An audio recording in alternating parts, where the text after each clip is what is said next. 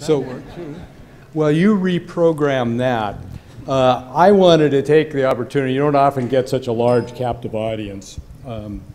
This one I don't need. I want to take the opportunity to say a word or two about Chris Milley, because I was especially pleased with Chris's selection, and not to speak of John Bredehoeft, who's an absolute icon in the field, and Sally Thompson. Congratulations to them both. But I just want to recount a sort of a personal experience with Chris and being a co-author.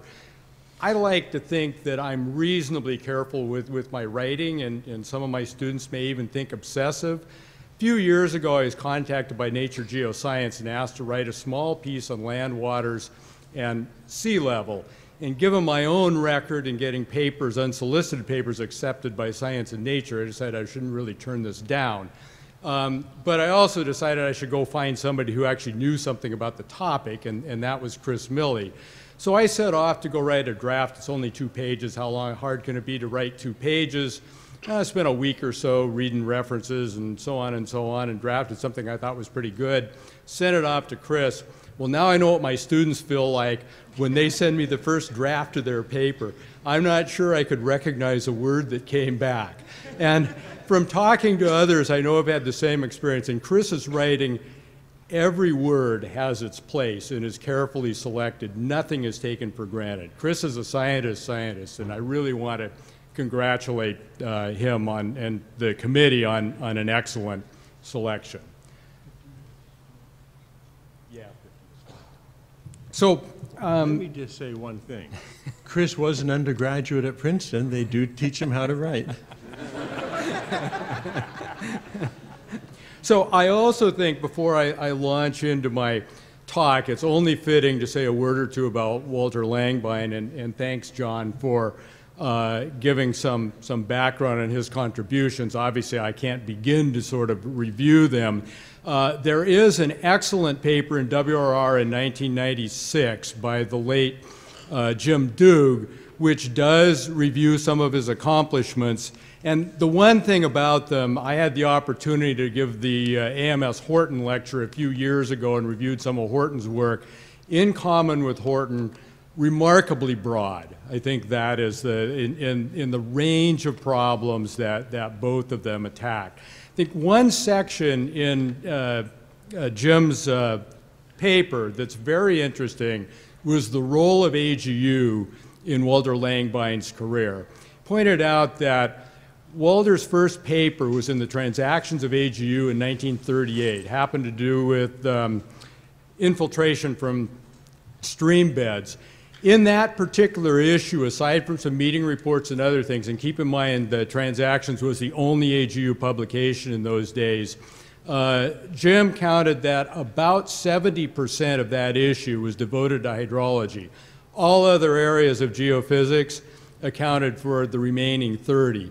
And what that points out to me is not only the importance of AGU to the hydrologic community historically, but the importance of hydrology to AGU. And unfortunately, one of these days we will get AGU to actually scan and have electronically retrievable those early transactions, but I think it is worth going back through them. Frankly, some of the stuff we do now, I don't want to say reinvent the wheel, but we're not the first ones to think of the problems.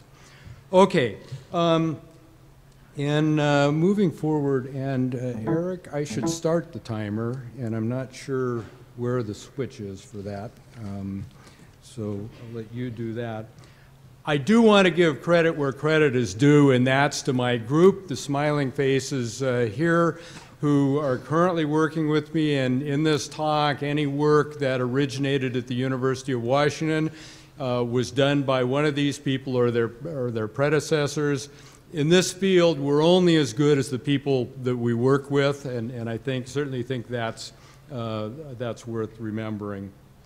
So here's what I'm going to talk about. And as I said in the abstract, I'm not attempting prognostication. I'm sort of attempting to look out the window and see what's going by and what some of the areas that are sort of have become central to the things we do. And so I'm going to talk about 3 of them, and I always tell my students, don't give a talk where there's more than one topic. So to them, I say, do as I say, not as I do. And the other thing, if you're keeping time until lunch, this is front-loaded a little bit, so the first section is perhaps a little bit longer. So I'll talk about hydrologic change, a bit about remote sensing, and then the role of hydrologic science in developing world water problems. So to go back a bit to when I was a graduate student, trying to go figure out what I wanted to do in my thesis, and it's perhaps not particularly well known that my dissertation actually had to do with water quality and water quality network design, but there was a 1971 science paper by Reds Woolman called The Nation's Rivers, and basically what it said, at that time there's a great deal of concern. The Water Pollution Control Act of 1972 came around the next year. There were episodes of rivers catching on fire and so on. There had already been a good deal of resources, largely federal, put into water quality issues. Could we tell whether they were having any impact? So the fundamental issue there was change. It was expected or hoped that things were changing. And could we detect that? And basically, the conclusion of this paper was that the data collection networks and the data that were being collected were inadequate to address that particular question. That actually motivated my own dissertation, which had to do with water quality network design. About 10 years later, Bob Hirsch and colleagues at USGS had become very interested in the same problems and how we actually did statistical analysis on very messy, mostly water quality records. And this particular paper is one of the top 10 of all time cited WRR papers on the Mann-Kendall, seasonal Mann-Kendall test. There's a companion paper a few years later. It's been used very widely. I don't know for a fact. I suspect the applications to variables like stream flow may well exceed those to water quality, but it continues to be used very widely, including in our own work. Now, what I am going to talk about here has to do more with sort of the climate and water context. Interest in that mostly began to evolve sort of in the 80s as the issue of climate change. My own involvement was through something called the EPA Reports to Congress, which came out, I think, in '89, started in the mid-'80s. There had been some work by John Shockey on some of these issues and others. And so there's now lots and lots of analyses of sort of what is going on with climate and water. I'm going to stick to the U.S. simply because the data records and so on are better, and I don't have 3 hours, I have an hour, so I need to be a little bit focused. But probably not too surprisingly, annual temperature across the U.S. has generally been increasing. The one thing is, you look at these records, there's a lot of dependence on what particular periods and how you analyze the data and so on, but in general, that seems to have been the case, and this basically just shows that rate of temperature rise is generally accelerated over the last, say, 30 years or so. That's fairly widely recognized. This is just from another source, from slightly different periods, and I believe this one is 1966 to 98, and there's kind of a divide in temperature increases being a bit larger in the western U.S. They also very seasonal as well. The lower one has to do with precipitation. Talk a little bit more about that, but depending on the period you pick, kind of generally increasing. So what I wanted to do here in this sort of brief overview is take a look at this from the sort of climate and water perspective and sort of water cycle trends, what's been going on in these different variables across the U.S. So again, there's many papers on this out here. This is one that came out in the last year or so by Jung et al., which looked at the problem on a river basin level, tried to construct for the last 60 years or so on the river basin level, and they were actually interested in evapotranspiration changes, which I'll talk about in a minute. But these are the precipitation trends they analyzed. The blue arrows are going up, and the thick arrows, I think, are statistically significant. The thin ones are not. The red ones are going down. Most of the basins they analyzed, precipitation basin-wide over that period seemed to have been going up.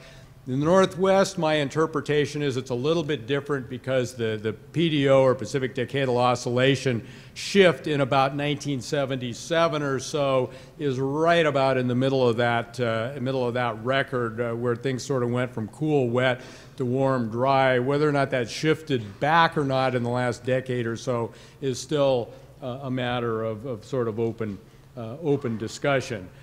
Precipitation trends from another source going back over a decade, and again, different periods and so on. This is from NC, National Climatic Data Center, and greens are going up. You see a lot of greens in there. It's kind of a general tendency over the last century. Now, if you look at stream flow, there's a whole range of studies. Probably the best known one is by Harry Linz and Jim Slack and GRL, I think it's 1999. This particular USGS fact sheet website, I see that the contact person is Harry Linz, so this is all kind of tied together with Harry's work. What they did in the original paper is they looked at trends in flows at some number of 300 or so stations, and there's slightly more in this particular figure. Over the last 60 years, I think there are multiple periods in there, and they looked at the minimum annual flows, and then I think it's the 10th, 20th, 50th, 90th, 99th percentile, something like that. And basically, a short version of what they found is up to about the middle of the distribution for the low flows, up to about the median. They're increasing at a substantial fraction of the station, statistically significant increases. And this is shown as percentages. I guess in this particular work, they're getting 40% significant flows. And then all of a sudden, when you go to the largest flows, that fraction of significant changes takes a nosedive. And depending on which publication you read, there's actually more significant uptrends than downtrends and so on. In this particular analysis, I think in the original paper, there were about the same number of uptrends as downtrends, which there's been a lot of discussion in the climate community of changes in extremes, and kind of by inference, from basic physics, as the atmosphere warms, the water holding capacity increases, and the whole heat engine is sort of expected to turn over more rapidly, and so people talk about acceleration of the hydrologic cycle. And one of the big questions is, and with a bit of arm waving, it's that this is a problem for floods. The real question is, can we see it actually happening? ET, and I'll talk a little bit more about that in a minute. Evapotranspiration trends calculated by simply taking the difference between the basin average precipitation I showed in the earlier plot and stream flow, annual stream flow at, I guess they had 200 and some nominally undisturbed river basins, mostly going up. And there's other studies that found about the same thing. Jorge Ramirez did a study, I think 10 years or so ago, found about much the same thing. I pulled this one up because it has a little bit more recent data. So on that basis, seems like evapotranspiration is going up. Even although pan evaporation has generally been going up, or down rather, excuse me, pan evaporation has been going down over most of the U.S. And there's a very interesting short paper by Rilf Broussard and Mark Parlange back about 98 or so that formulated something they called the evaporation paradox as to why that could be true. But in terms of actual evaporation, seems to be going up. In the western U.S., there have been observed stream flow trends in timing, not so much in volume, but in timing. And this is another USGS fact sheet, but it references Mike Dettinger. And if you go back, there's a paper which I believe was one of Ira Stewart's at Scripps dissertation papers in 2005, and there's some other papers that analyze things in slightly different ways. Mike was involved in all of those, so I know this is kind of linked into that Stewart, Dettinger, and others' work.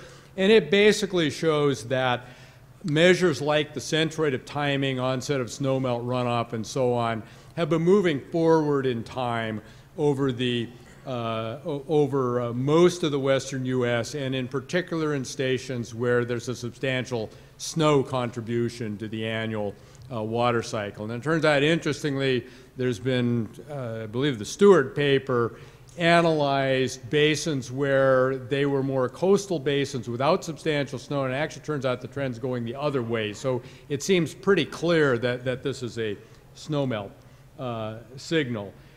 Western U.S. snowpack trends, there's a paper in BAMS 2005 by Phil Mote.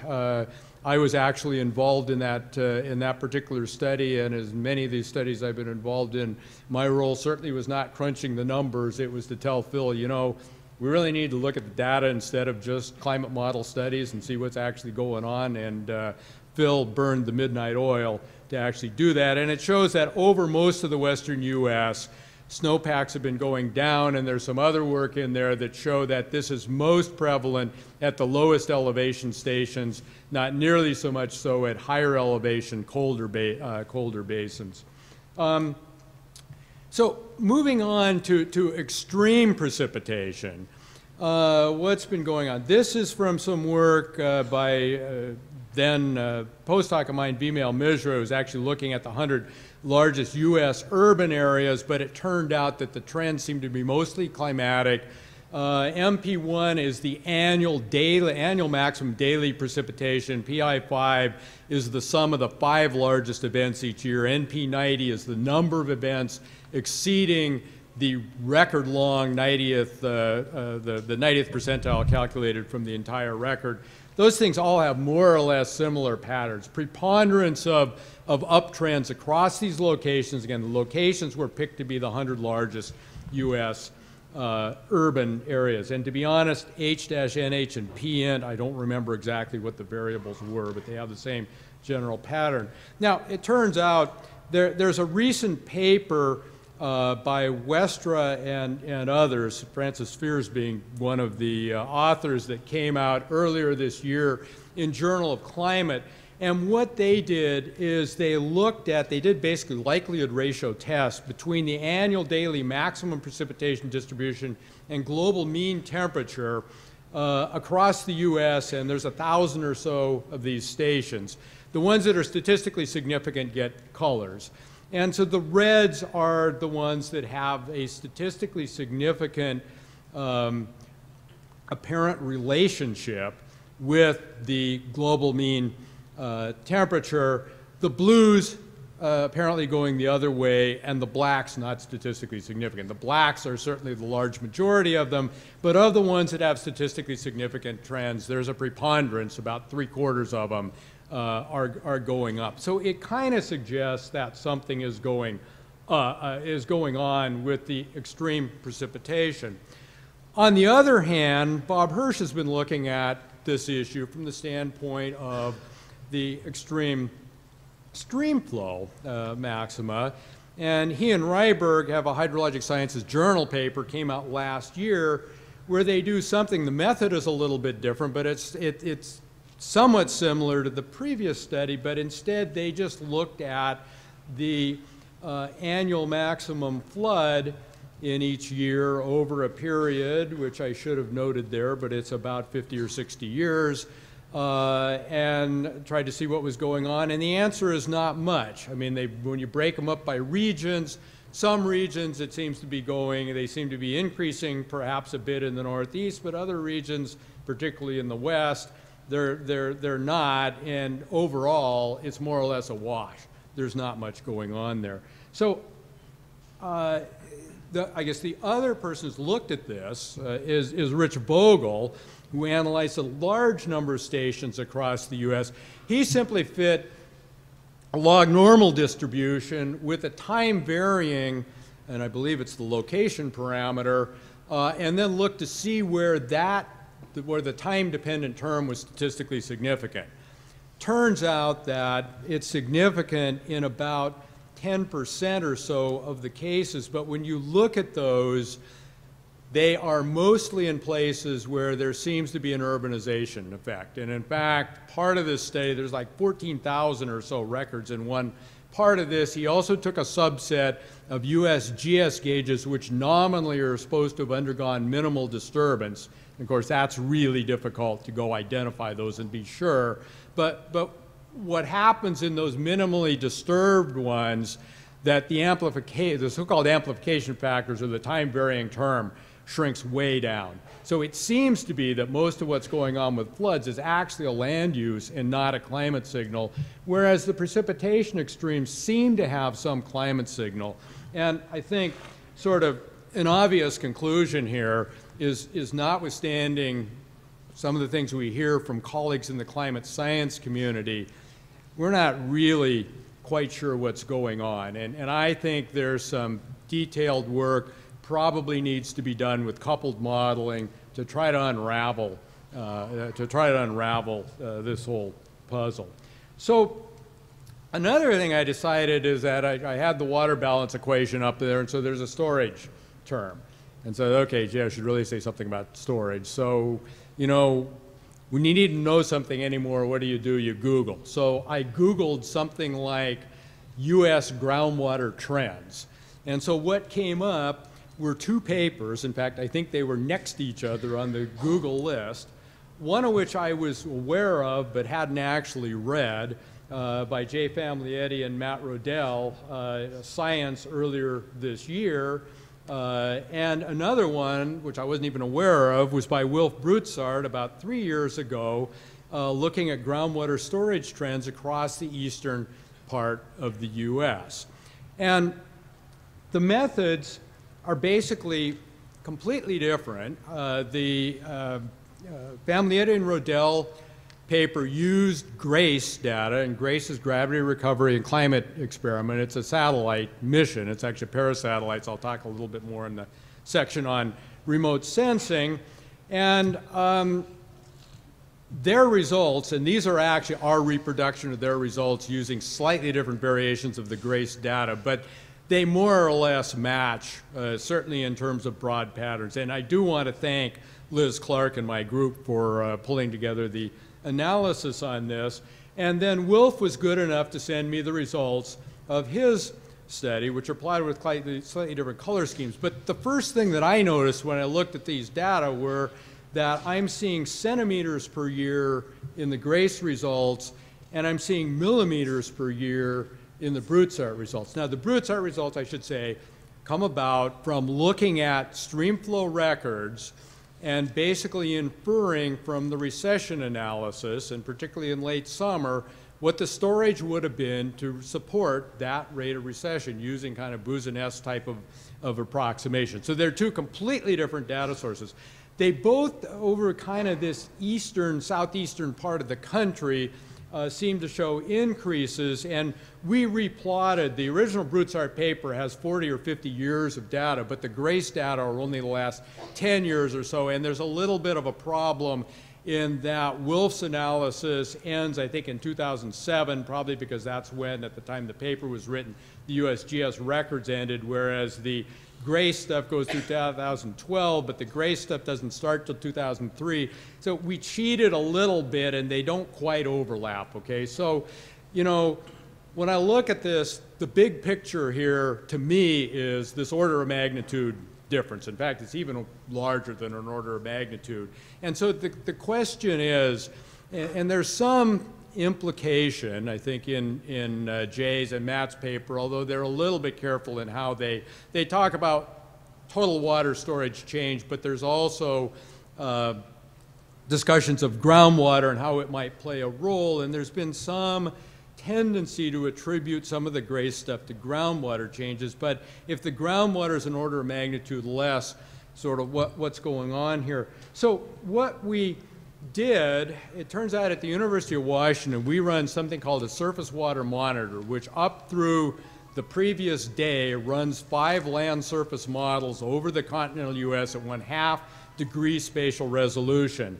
The GRACE data we used are 1 degree. It turns out that's a little bit over-resolved, and there can be some discussions on that. I rely on the fact that the 1 degree stuff we were using and the analysis that Jay and Matt did give sort of similar patterns. But the lower plot is the 5-model average, and we do have the data for exactly the same period, 2003 to 2012. And certainly across the eastern part of the country, those patterns, to me, look pretty similar. I was surprised. We can argue about the different models.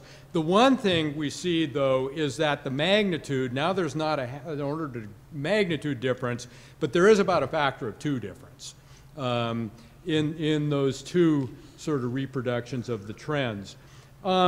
If you go and put them on the same scale, then that's what it looks like. The one from the land surface models obviously is a bit more washed out, and it's kind of like about half of what Grace is seeing.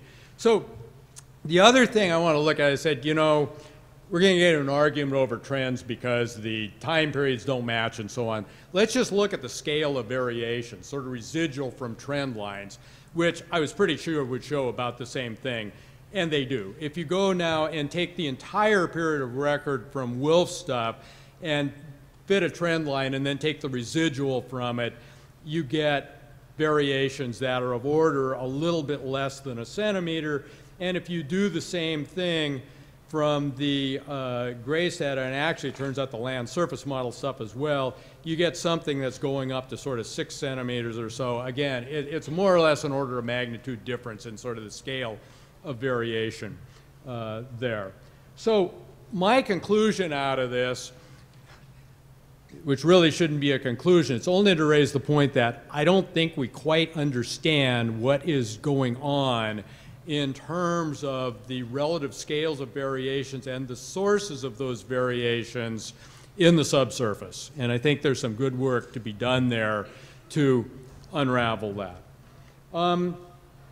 So kind of in concluding this part of the talk, I think what we understand reasonably well is the basic water balance across the U.S., getting wetter, evaporation, there's some split in increased evaporation and some evidence of increased stream flow. Not quite so obvious what is happening in terms of the relative magnitude of storage variations, and I do want to point out that these sort of analyses using Grace are very interesting, but we're restricted to a decade or so. We have to be very careful calling those things trends. They're low frequency something.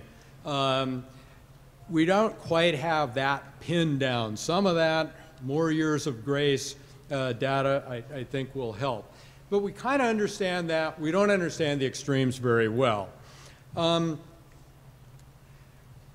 So another paper has come out. Just in fact, I think this paper, the embargo was lifted on Thanksgiving Day. So it's like just less than 2 weeks ago. And I know that because I got a call from somebody asking me to comment. This is by Charlie Luce and others on what's going on in stream flow in the west and especially the northwestern U.S., and I commend this to your reading. It's a very interesting paper. Basically what they argue is that over the last 50 years or so, the precipitation has been more or less flat, but a number of these streams, the discharge has been going down. And they use an energy argument to say that the trends in net radiation that they infer aren't big enough to allow them to go attribute this to evapotranspiration changes, and that there has to be something going on with precipitation. And the argument is that in the West, most of our long-term stations, and hence the way we reconstruct basin averages, are all linked to low elevation stations because we don't have very many at high elevation. And their argument is that there has to be something going on with the relative amount of precipitation. High and low elevations probably has to do with storm tracks and other things like that, and we don't understand that as well as we might. So what I take away from that is even the things I'm claiming that we sort of understand, maybe we don't even understand those as well as we might. Okay, let me move on to the second part of the talk on remote sensing. And certainly those of us who are working at large scales, remote sensing has become a critical piece of the of the puzzle. I gave a talk here a few years ago. There was a Frontiers in Hydrology session, which I think when Eric Wood was the fall meeting program chair, he put those together, and I was asked to give one on remote sensing. And the comment I made at that point is that if you could take the meeting in whatever year that was and the meeting from 20 years earlier and put them side by side so you could walk back and forth across the street between the two meetings, one of the big things you would notice is the prevalence over those 20 years of remote sensing and the role that it plays in hydrology. So clearly I can't be exhaustive here in the time I have, but I can comment very briefly on sources of information from remote sensors. And I think the bottom line here is that hydrology is sort of entering a golden age of remote sensing. And some of you may find that a little bit peculiar. Those of you who are familiar with the National Research Council's Decadal Review of Earth Science and Applications from Space, I was on that. There was a preliminary report that argued that the U.S. system of Earth observation satellites was on the verge of collapse. This was 2005 or so. I think 2007, the final report came out. It didn't say things a lot different. So how can I say that? Well, the reality is that hydrology wasn't too much of a player as the Earth observing satellites, EOS, sort of evolved. There were a few people involved in that, but our community in remote sensing was fairly small. That's changed dramatically, and there are now a whole series of missions that either have been or are about to be launched in the next few years that have as a sort of central focus hydrologic observations. And I think it's a huge opportunity for the community. The first one up is the Global Precipitation Mission, which is scheduled to be launched in February, I believe. The spacecraft is now at the launch site in southern Japan. It was moved there within the last month or so. There are many talks to be given on estimation of precipitation from satellites. The GPM approach to this, as with TRMM, Tropical Rainfall Monitoring Mission before that, is both a precipitation radar and passive microwave, where in some sense the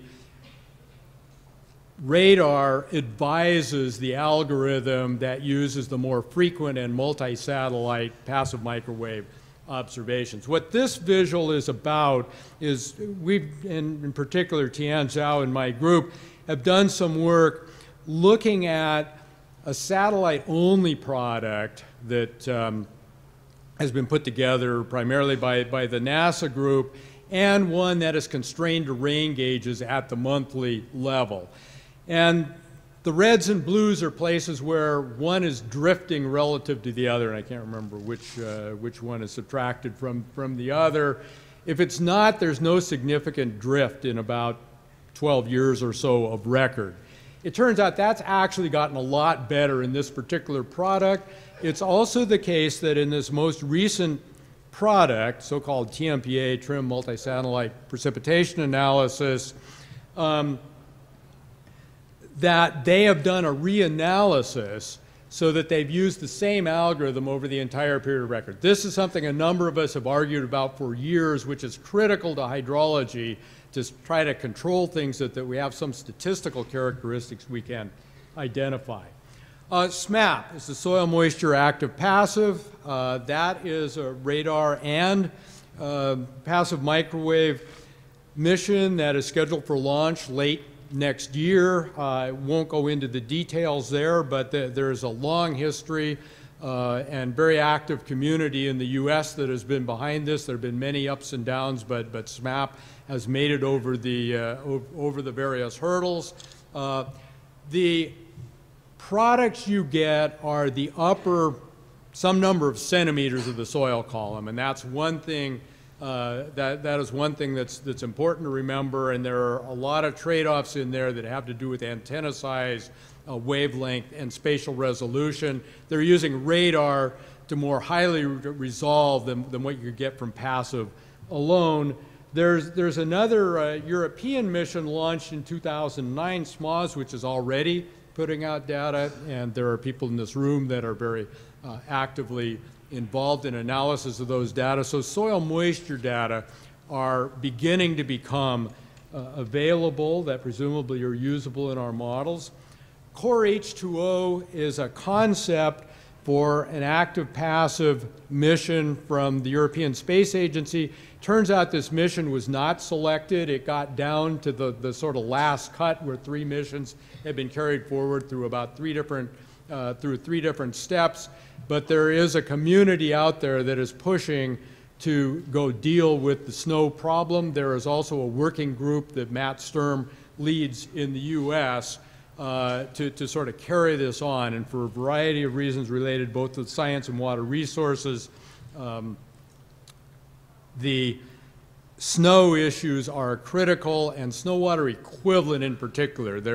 There's a lot of sources of satellite observations out there used in very clever ways for snow-covered extent, and I won't go into that. SWOT, Surface Water and Ocean Topography Mission, is something that is very dear to my heart. It's a swath altimetry mission jointly between NASA and CNES, the French space agencies, and jointly between the hydrologic community and the oceanographic community, which has a long history in ocean altimeters. The key part of this is that it is swath. It essentially provides images of altimetry and not tracks, which the ocean altimeters to date have. And there's huge potential in this for things like understanding the storage and storage change in lakes and reservoirs. And this just shows, at present, we can get something like 15% of the very largest lakes from the current generation of altimeters. SWOT will get us up something closer to 2/3 of that. And it turns out that those numbers are also roughly correct for man-made reservoirs. It also gives very accurate surface slope estimates, so there's the potential with additional observations and used in various ways to get estimates of river discharge.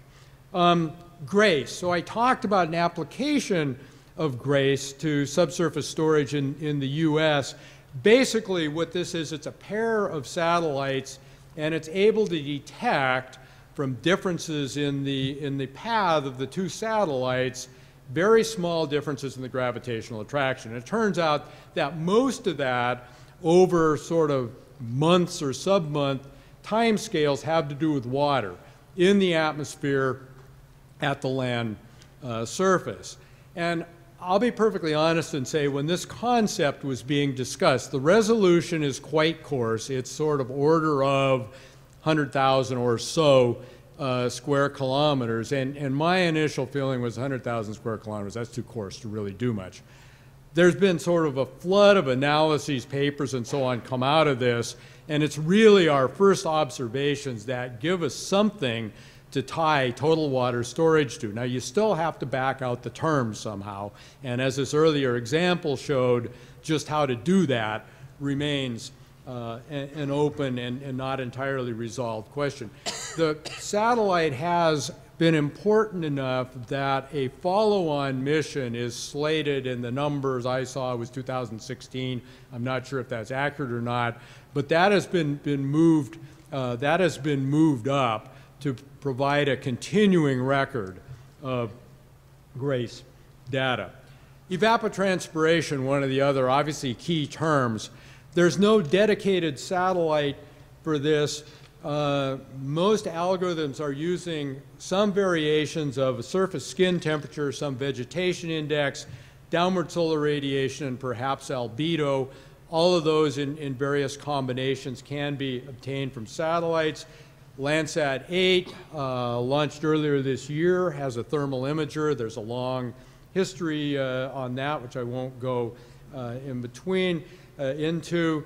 There's trade-offs between resolution. Some things can be done with MODIS, which is at order 500-meter spatial scale, versus the repeat, and you can get that with latency a couple of days, versus Landsat. And I understand Landsat 8, that the latency is down to order a week or so, so it's not real time, but it's kind of closing the gap. And there's very active communities working on evapotranspiration. This is just a plot that comes from Eric Wood's group, Ferguson et al. International Journal of Remote Sensing, which compares different algorithms over the U.S. using MODIS, AVHRR, and some other data sources. The columns on the left are differences, and certainly it is plausible to go produce these kind of fields over fairly large areas. And then there's many other satellites that, in the interest of time, I can't go into, that are producing data that are hydrologically relevant and are used in many of our models. Things like vegetation type parameters, height, leaf area index, and so on. Surface topography, big issue for many of our models, and the surface topography data have become much, much better. Land cover, surface radiative fluxes, certainly to drive our models. And then many of the atmospheric variables that get used directly or indirectly, certainly now assimilated into the weather models, and there's analyses and reanalyses from those that we use in many of our model application. So what can we do in terms of closing the water cycle? Well, this is from a paper by Hulin Gao, and I think it's in the same issue as the Ferguson paper I had up there previously, where she just attempted to calculate the observed, compare the observed runoff with the residual of P minus storage change minus ET. And the answer is it doesn't work very well. The different ensemble members have to do with, there were 3 precipitation sources. There were 3 different ET sources, and then I think there were 3 different GRACE products in there. And there's a pretty wide range. I suspect that most of this error, although certainly not all of it, has to do with precipitation, which is a key driver and one that we still really need to push on improving those estimates. So sort of what's missing in the remote sensing realm? Well, this actually came from a talk that I gave at the Remote Sensing Chapman Conference in 2012, but I don't think the situation has really changed much. And at the top of my list, precipitation. Okay, that is a key issue. There's algorithms we've made some progress on that. Groundwater, this issue is separating out what we get from, say, deep soil moisture. Down the line, P-band perhaps will give us more of the soil column. That's off in the future somewhere. Stream discharge, some hope that we'll be able to get this from SWAT. There's a lot of issues there. Glacier and ice cap thickness. Snow water equivalent, that's really kind of a missing piece of the puzzle because we don't have, at this point, a mission. We need to push on that. And then coordination is another one where there's been discussions of things like formation flying, these different water cycle missions. You know, you really should coordinate them because what happens when, you know, GPM is at the end of its lifetime just about as SWAT goes up there, and the same potentially with SMAP. The response always is there simply isn't the budget for that. Be happy you get these things one at a time, but it's a big problem, and I'm not sure exactly how to go solve that. So, you know, where are we going? And as this sort of golden age dawns, what should we be doing? Well, my argument is that hydrologic data assimilation, combining the models and the observations in clever ways that allow us to diagnose where our models are failing. To be perfectly honest, a lot of the modeling we do at large scales, the observations are so poor that the models aren't very well constrained. So we can sort of resist claims that the model isn't very good because we don't really know, and that is going to change. If I were the grand poobah at, say, NSF in Earth Sciences and trying to understand what direction they might go, I would say forge some linkage with NASA and to go move the modeling constructs forward from the standpoint of focusing on the land surface water cycle. One thing we see is that a lot of the work in these large-scale models has to do with their role in coupled models, which is a really important one. How does the precipitation get partitioned at the land surface? How does radiation get partitioned? But there's an awful lot of ocean out there, and it isn't always the case that the land surface makes a huge amount of difference. That doesn't mean the land surface isn't important. We live there, and so you get kind of into that mode of the way you're judging is whether it makes any difference to the coupled model.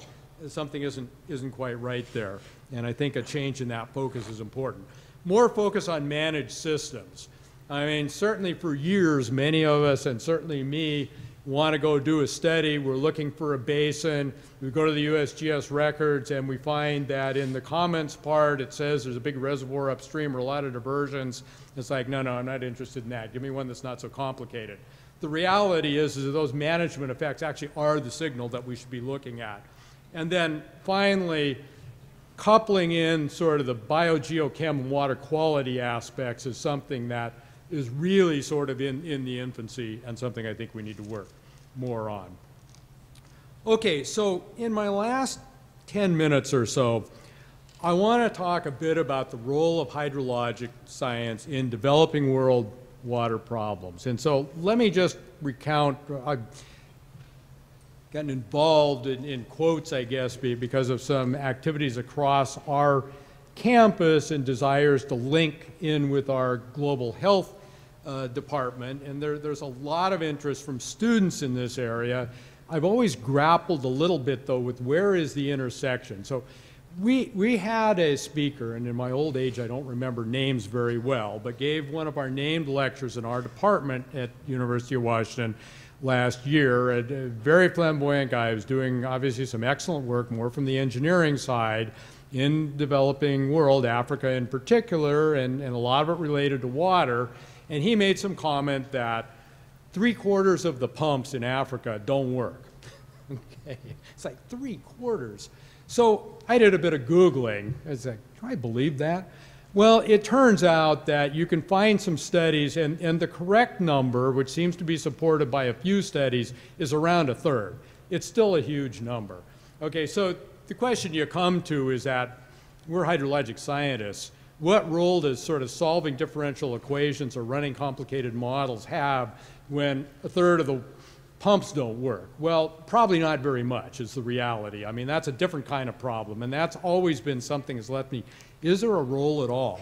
So this last fall, I organized a cross-campus section of seminars on frontiers in freshwater science, and I said, well, we ought to have a talk on water and health. So I went to Judy Wasserheit, who's the associate chair of our global health department, and said, Judy, would you go give a talk? And she said, well, sure, but I don't know anything about water. You have to do half the talk.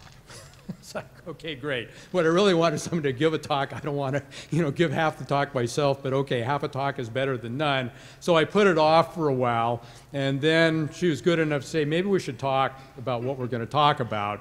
So I said, yeah, I could really use some help here. And so I was kind of thinking from the standpoint, okay, in hydrologic science, what do we do? Well, our technical committees give us some outline of the kind of things we do, and then there's focus groups on superficial processes, cryosphere, biogeosciences, a section, and water-related hazards. So that kind of broadly is the cross-section of what the AGU kind of hydrologists, hydrologic science, do.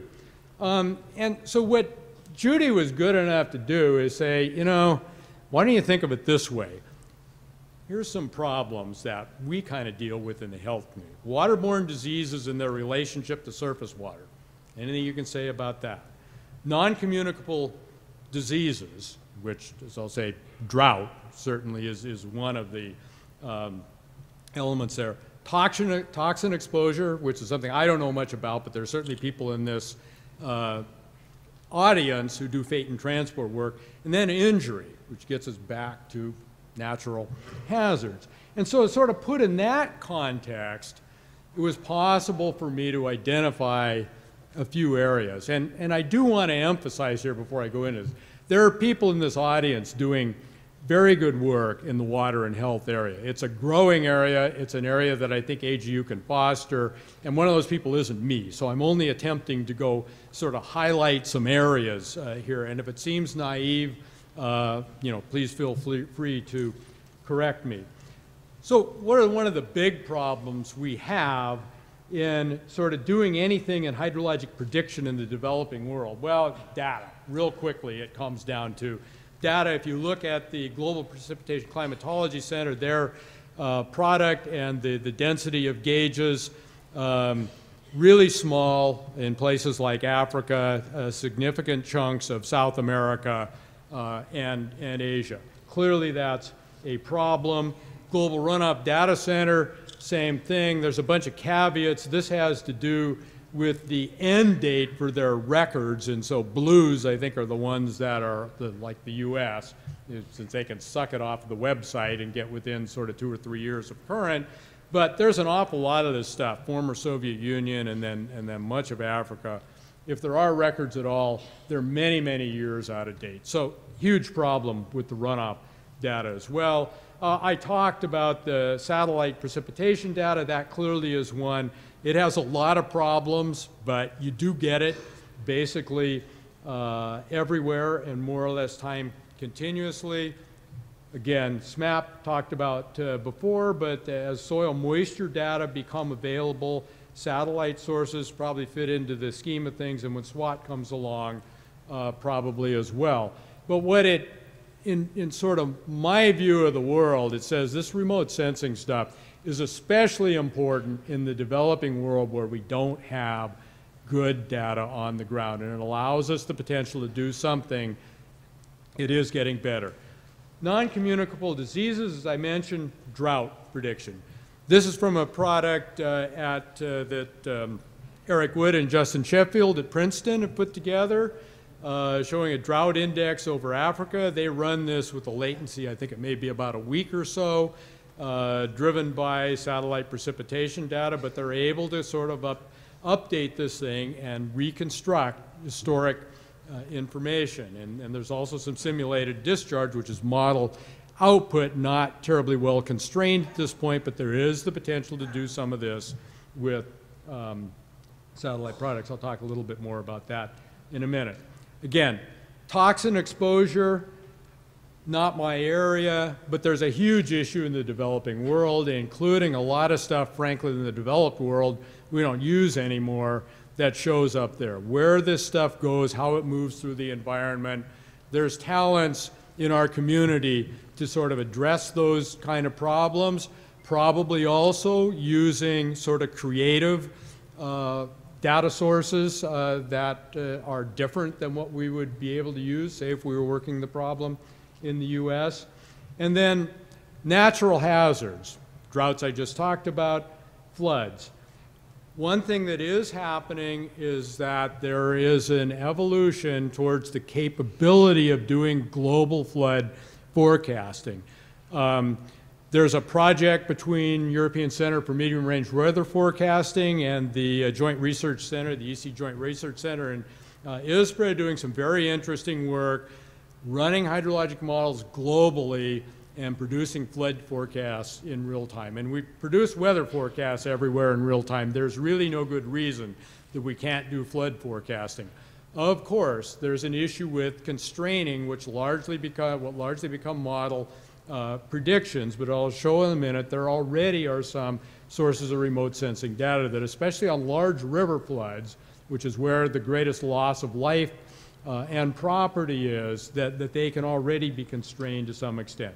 Other work being done at the University of Maryland, Global Flood Monitoring System. This is what I wanted to show in terms of observations. This is from Bob Brackensick's called the Dartmouth Flood Observatory. Bob is now at University of Colorado. I don't know if it's going to be the Colorado Flood Observatory at some point, but this is from the floods in northern Thailand. And this is just from MODIS imagery as that flood evolved over a period of weeks and even months.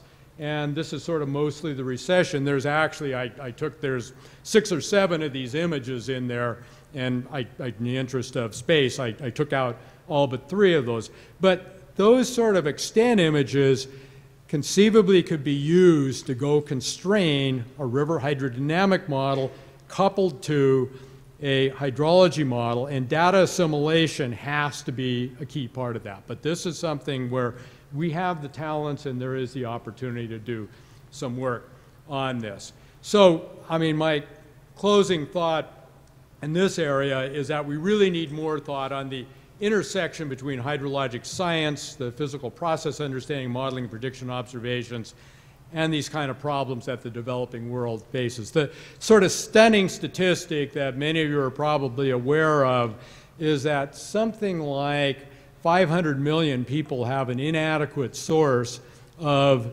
drinking water, and over 2 billion have inadequate sanitation globally. It's a huge, huge problem. And obviously, subject to this appropriate technology issue where we're not trying to use approaches that are more sophisticated than are warranted.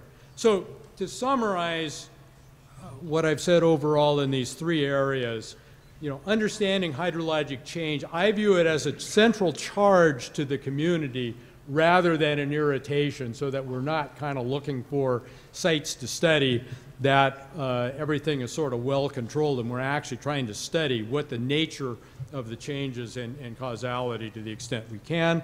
Remote sensing certainly assuming a central role in the science and challenging us with new modeling and prediction paradigms. And then finally, the need for more attention to the linkages between hydrologic sciences and developing world water problems. So I'll conclude with that. Thank you.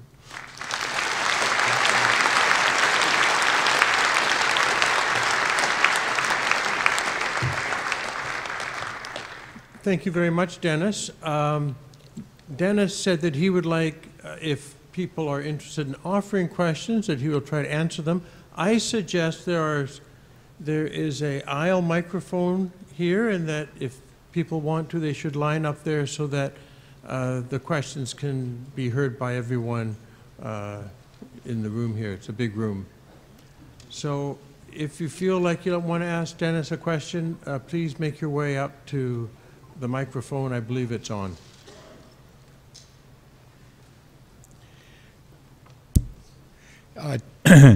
Dennis, one of the points you made is that the precipitation information needs to be improved, especially on a global scale for much of the world where we don't have a lot of good data. And certainly the remote sensing that we're doing, the GPM mission, provides a lot of potential value for that. But I'm struck by what appears to me to be kind of a dichotomy when it comes to looking at precipitation between the community and our community that deals with remote sensing and another community that works with the atmospheric science community and looks at what the atmospheric models can do, which has improved immensely. So the 24-hour precip prediction now has quite a lot of skill. It's not perfect. But in the interest of getting, I'm curious about your view of what I'm going to say now, that in the interest of getting the best possible global precipitation product, it would seem to me that a good thing to do would be to blend the two together. They've been kept separate in the history of it because the people that were worried about climate wanted the remote sensing to not be mixed up with all the models. But today, to get the best product, it seems to me there might be a real opportunity here. Any thoughts on that? Yeah, well, only to agree 100%, and I've actually given talks where I've argued that we don't know that the best pathway in places where we don't have information on the ground is the remote sensing precipitation products as contrasted with, say, the analysis fields from the weather models, which, as you point out, have continue to improve over time. There are issues in the tropics. That's what the remote sensing people will usually point out, that they're weak there. Certainly some of those products over at high latitudes are quite good, and I think it's an unanswered question. There are also, I listened, I can't remember the details of how she was doing this, but Eugenia Kalnay had a very interesting talk a year or so ago at one of the GPM meetings on assimilating and she was not assimilating the precipitation directly into the atmospheric model in quite the same way as been done historically, but she showed there was real potential there. So you're right, there may be the opportunity to go that route. And frankly, as hydrologists, we don't really care. We need better precipitation, and how it comes about, at least doesn't make a difference to me. So whichever pathway works best, I'm in favor of.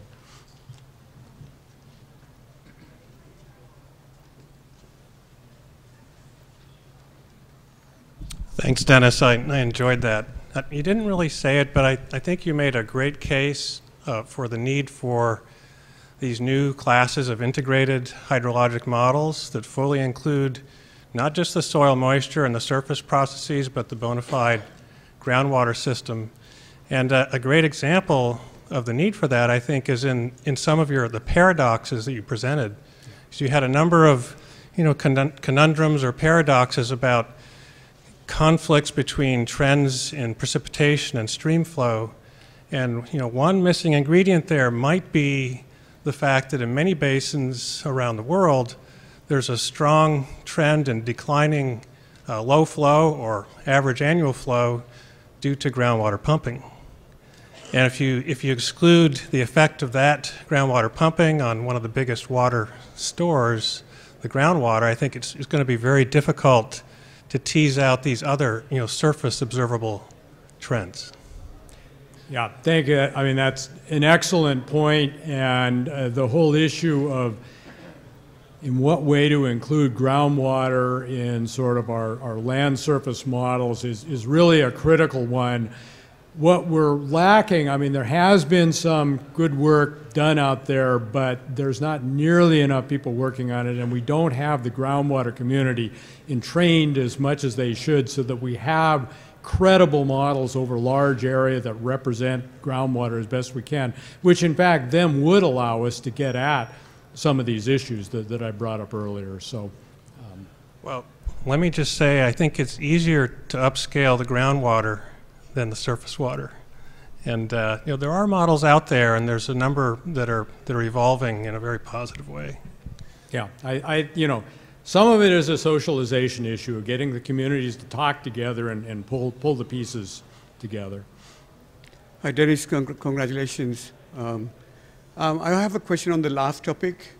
You mentioned the bottleneck on data availability in developing countries, but there's another bottleneck, which is capacity. The ability, the hydrologists properly trained to work on these problems, and then there's a tendency in many developing countries to simply ape what the Western world does and not be able to actually develop their own solutions in their own ways.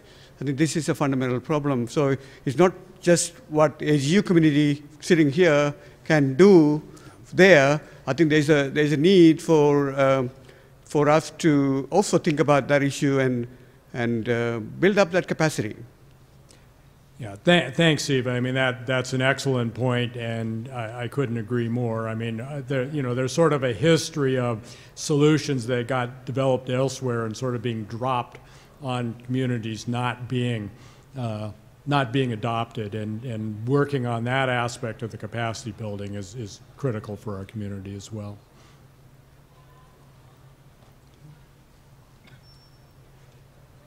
Okay. Dennis, thank you again for a wonderful lecture, and we will conclude this session.